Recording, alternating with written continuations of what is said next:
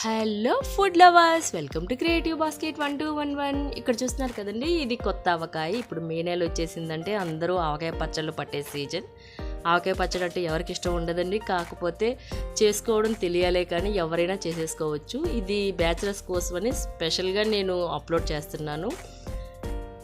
సింపుల్గాను ఈజీగా చేసుకునే మెథడ్ అయితే చూపించేస్తానండి. కొత్తగా నేర్చుకునే వాళ్ళు మాత్రం ఈ విధంగా ట్రై చేయండి. వస్తే కనుక నాకు కమెంట్ బాక్స్లో కమెంట్ అయితే దయచేసి చేయండి, బాగుంది లేదా బాగోలేకపోయినా కూడా సరిగా రాలేదు అని చెప్పి. ఇక్కడ మనం ప్రాసెస్లోకి వెళ్ళిపోతే నేను 6 కప్పులు ఒకే కొలతన్నటివి తీసుకున్నాను. 6 కప్పుల్లో కూడా మీరు చూస్తున్నారు కదా, 3 కప్పులు ఆవకాయ ముక్కలు తీసుకున్నాను. మీరు ఆవకాయ అంటే సువర్ణ రేఖ కానీ లేదా చెరుకు రసాల ఆవకాయకి సంబంధించిన పచ్చికాయలు తీసుకున్నారంటే బాగుంటుంది. 3 కప్పులు ఆవకాయ కాయకి 1/2 కప్పు పచ్చికారం, 1/4 కప్పు మెంతి పౌడర్, 1/4 కప్పు కన్నా సగం కల్లుప్పు పౌడర్ అండి, 1 కప్పు వేరుశనగ నూనె, 3 స్పూన్లు వెల్లుల్లిపాయ రెబ్బలు ఒలిచినవి, 1 స్పూన్ మెంతులు. ఇంతేనండి ఆవకాయ పచ్చడి కలుపుకోవడానికి కొలతలు. దీనికి 3 కప్పులు నేను ఆవకాయ ముక్కలు తీసుకున్నాను కదా, 3 కప్పుల ఆవకాయ ముక్కలు కూడా దీంట్లో వేసేసుకుంటున్నాను.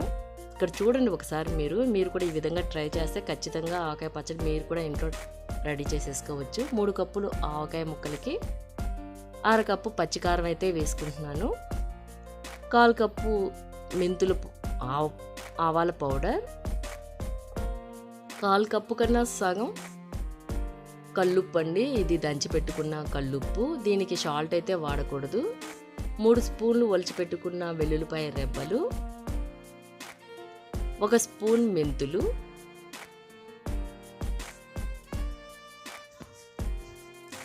ఆవకాయ పచ్చళ్ళలో వెల్లుల్లిపాయలు ఎక్కువ వేసుకున్నా కూడా చాలా వాసనగా చాలా బాగుంటాయండి టేస్ట్. 1 కప్పు వేరుశనగ నూనె, మీకు వేరుశనగ నూనె కనుక లేకపోతే నువ్వుల నూనె అయినా వేసుకోవచ్చు. ఆవకాయ పచ్చడికి ఎప్పుడు కూడాను నువ్వుల నూనె కానీ లేదా వేరుశనగ నూనె మాత్రమే బాగుంటుంది. రిఫైన్డ్ ఆయిల్ కానీ లేదా పామ్ ఆయిల్ కానీ అస్సలు బాగోవండి, ఈ 2 మాత్రమే వాడుకోవాలి.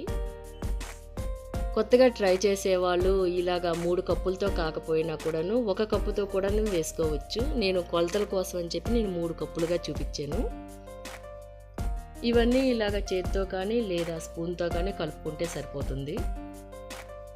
నేను మీకు చూపించడం కోసం అని చెప్పి ఇలాగ స్పూన్తో కలుపుతున్నాను, అంటే వీడియో కూడా నేనే తీస్తున్నాను. ఒక చేత్తో ఇలాగా ఆవకాయ ముక్కలను కలపడం వల్ల నేను చేత్తో అయితే కలపడం లేదండి. ఇక్కడ చూస్తున్నారు కదా, ఇవి కలిపిన తర్వాత ఈ కలర్లో ఉంటాయి ఆవకాయ ముక్కలు మొత్తం కలిపిన తర్వాత. మొదటి రోజు మనం కలుపుకున్నప్పుడు ఆయిల్ అయితే వేసుకోకూడదండి, 3వ రోజే ఆయిల్ అంతా వేసుకోవాలి. ఫస్ట్ రోజు మనం 1 కప్పు ఆయిల్ వేసుకుంటే సరిపోతుంది. మీరు ఇలాగా చూస్తున్నారు కదా, ఒకవేళ మీకు ఉప్పు సరిపోకపోతే 3వ రోజు కూడాను ఉప్పు కొంచెం వేసుకున్నా కూడా సరిపోతుంది. మనకి 3వ రోజు వచ్చేటప్పటికి పచ్చడి కలర్ చూడండి ఎంత బాగుందో. ఇవి వారం రోజులు అవుతాయి కానీ పచ్చడి మనం తినేదానికి కరెక్ట్గా పక్కాగా రాదండి. 3వ రోజు కూడా బాగుంటుంది. పచ్చి ఆవకాయ టేస్ట్ వేరేగా ఉంటుంది, కొంచెం ఊరిన తర్వాత వేరుగా ఉంటుంది. వెల్లుల్లిపాయలు తినేవాళ్ళు ఇష్టపడే వాళ్ళు ఎవరైనా ఉంటే కనుక ఇంకా వెల్లుల్లిపాయలు కూడా వేసుకోవచ్చు. నేను చూపించిన కొలతలు చిన్న చిన్న కప్పులతో అయితే చూపించాను, అంటే బ్యాచలర్స్ ఎవరైనా కొత్తగా నేర్చుకునే వాళ్ళు ఆవకాయ పచ్చడికి ఇష్టపడే వాళ్ళు ఎవరైనా ఉంటే కొలతల కోసం చెప్పి చూపించాను. మీకు అదే కొలతలతో పెద్ద కప్పులతో కూడా వేసుకోవచ్చు, అంటే పెద్ద గిన్నెలతో కూడా సేమ్ ఇదే ప్రాసెస్లో 3 గిన్నెలు పెద్ద గిన్నెలతో, అదే గిన్నెతో నూనె, అరగిన్నెతో కారం, అలాగ కొలతలతో కూడా వేసుకోవచ్చండి. నేను సింపుల్గా అయిపోయే దానికోసం చూపించాను కొత్తగా నేర్చుకునే వాళ్ళకి. ఎవరైనా నా వీడియోస్ బ్యాచెస్ చూసేవాళ్ళు లేదా కొత్తగా ట్రై చేయాలనుకునే వాళ్ళకైతే ఈ వీడియో యూస్ఫుల్ అవుతుంది అనుకుంటున్నాను. నా వీడియో నచ్చినట్లయితే లైక్ చేయండి, షేర్ చేయండి.